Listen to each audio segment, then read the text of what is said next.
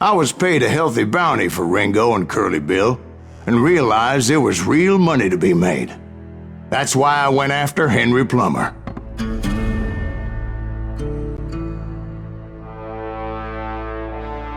Now, wasn't he the sheriff who augmented his income by shaking down miners and robbing gold shipments? That's the one. Oh yeah, I remember him. He ran that gang of thieving outlaws called the Innocents. So it's true that you went toe-to-toe with him? Indeed I did, son. Indeed I did.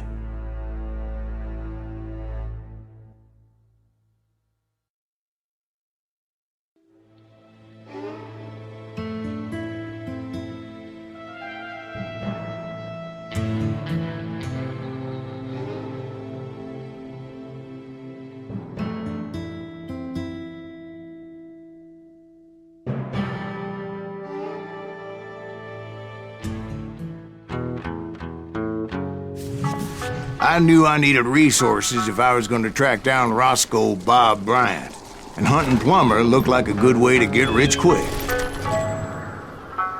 As the local vigilantes exposed him as the leader of the bandits, and put a generous price on his head.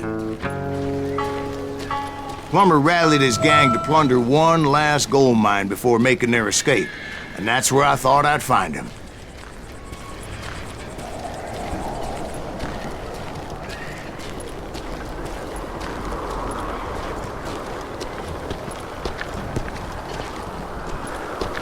It makes me nervous standing so close to all these goddamn barrels of gunpowder. Why would you be nervous? No one has the cojones to come after us. As long as you don't light up a cigar, we're fine. Yeah, besides, George will go clear on directs. As my late father pointed out to me more than once, God made men, but Samuel Colt made them equal.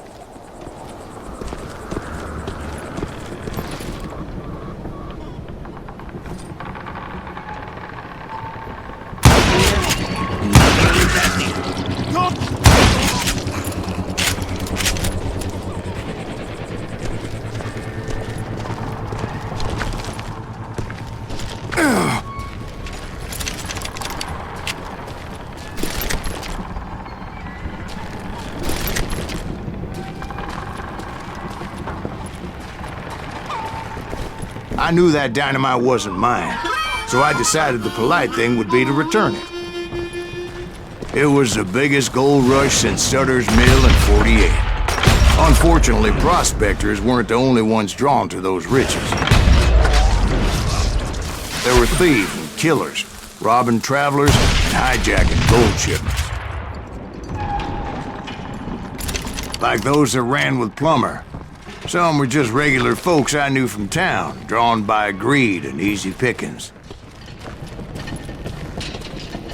Charlie Crow, the blacksmith. James, who worked in the stable. Sam and Jeremiah Barber, the butcher's sons.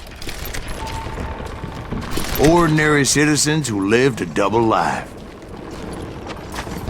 Stealing and thieving and murdering their neighbors. Of course, the rest were veterans of the Civil War. Stone-cold killers trained on the bloody fields of Shiloh and Antietam. Plummer had a lot of men on his payroll. A hell of a lot. That son of a bitch pretended to protect the public with one hand while stealing them blind with the other. He set up a defensive perimeter which I had no idea how to breach.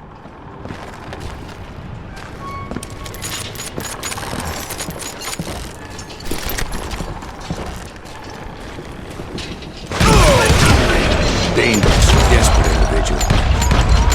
I was outnumbered and in way over my head, but I was too damn stubborn and stupid to realize it. They must have thought I was touched. Or had some kind of death wish. I thought I was some kind of hero. I finally made it past and headed on to meet my destiny.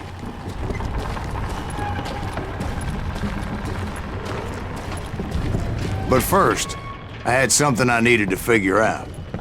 I had a few ideas on how to get into that mine, But once I made my decision, I knew there was no turning back. So my first thought was to enter the nearest mine portal. I saw an entrance. Made sense. It was the quickest way in, but that also made it more dangerous, as there would undoubtedly be enemy pickets posted along the way.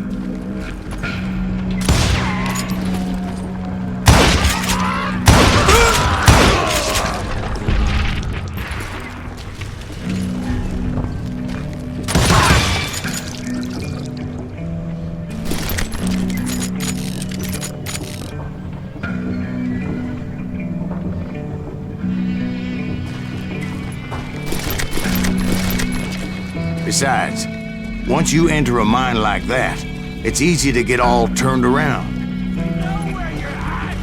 And that confusing maze of corridors wouldn't even be the worst of it.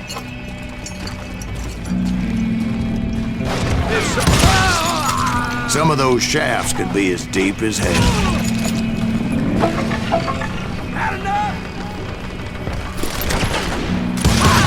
A single stumble or misstep can easily end in a deadly plunge to oblivion. You ain't beefing me.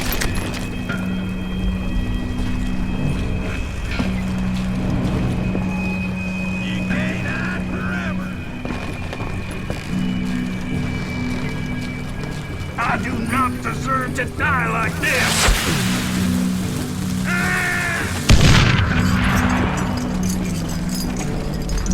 Quick reflexes often make up for a lack of common sense. Luckily, I was never one to be easily bushwhacked. I would just need to be careful not to blow myself to kingdom come.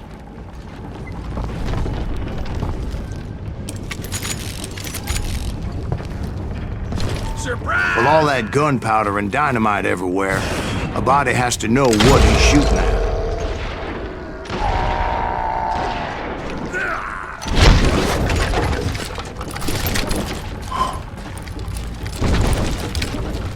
One wrong bullet could have turned that mine into a dad-blasted tube.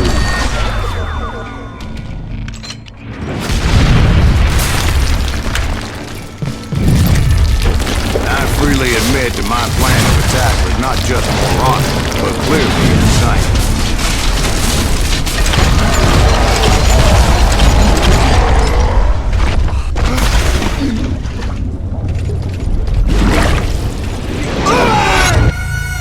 It's a good thing that I abandoned that ridiculous plan before I even tried it. Instead, I spotted a ladder, a way into the mine from the opposite side.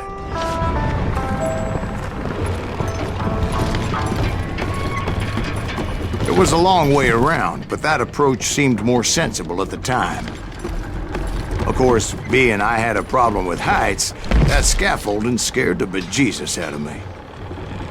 Climbing down that ladder required some caution, because even though I had a younger man's reflexes, no man can dodge a damn bullet while climbing down a rickety ladder.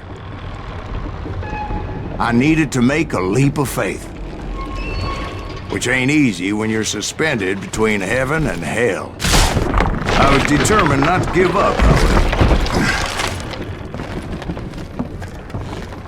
As Sheriff Plummer seemed quite a despicable character.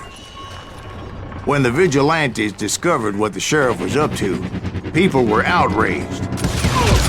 That 10,000 they put on his head would go a long way to helping me find old Bob.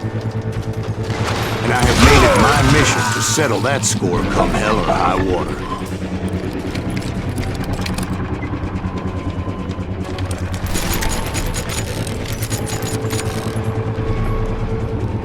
But first, I would have to make a choice. Take the elevator or climb the ladder.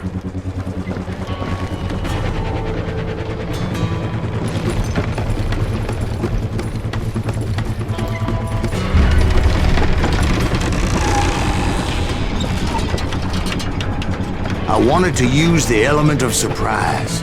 Plus, I figured I could use the exercise. I was warmed up already, so what the hell?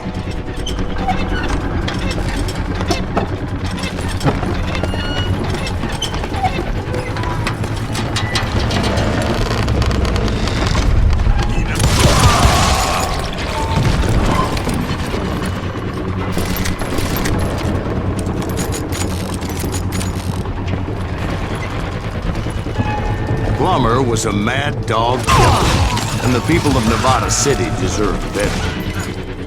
Nevada City? Well, I thought Plummer met his maker in Bannock, Montana. Right, well, he was the sheriff of both places at one time or another, but that's neither here nor there. The point was, taking him down would save a lot of lives, including my own.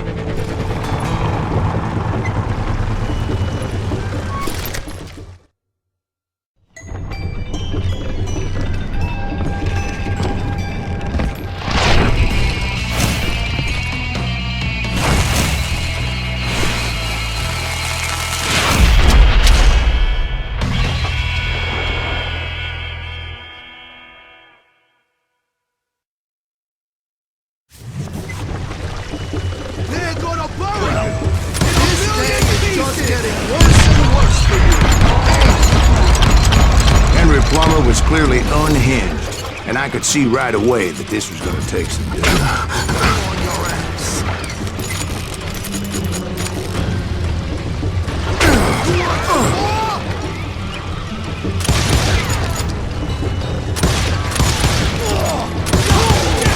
I need some help here! Come on, boys!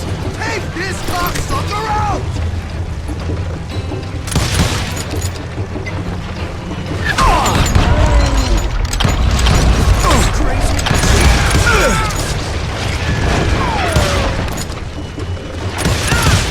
That's right! Run!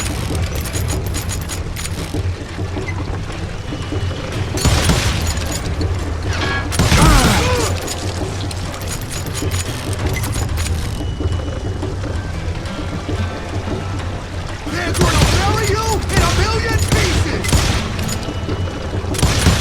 You must be about out of order.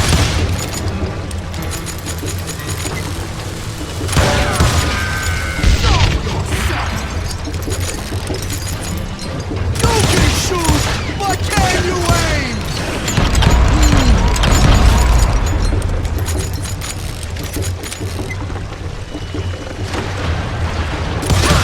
Fuck you, moron! You ain't taking me!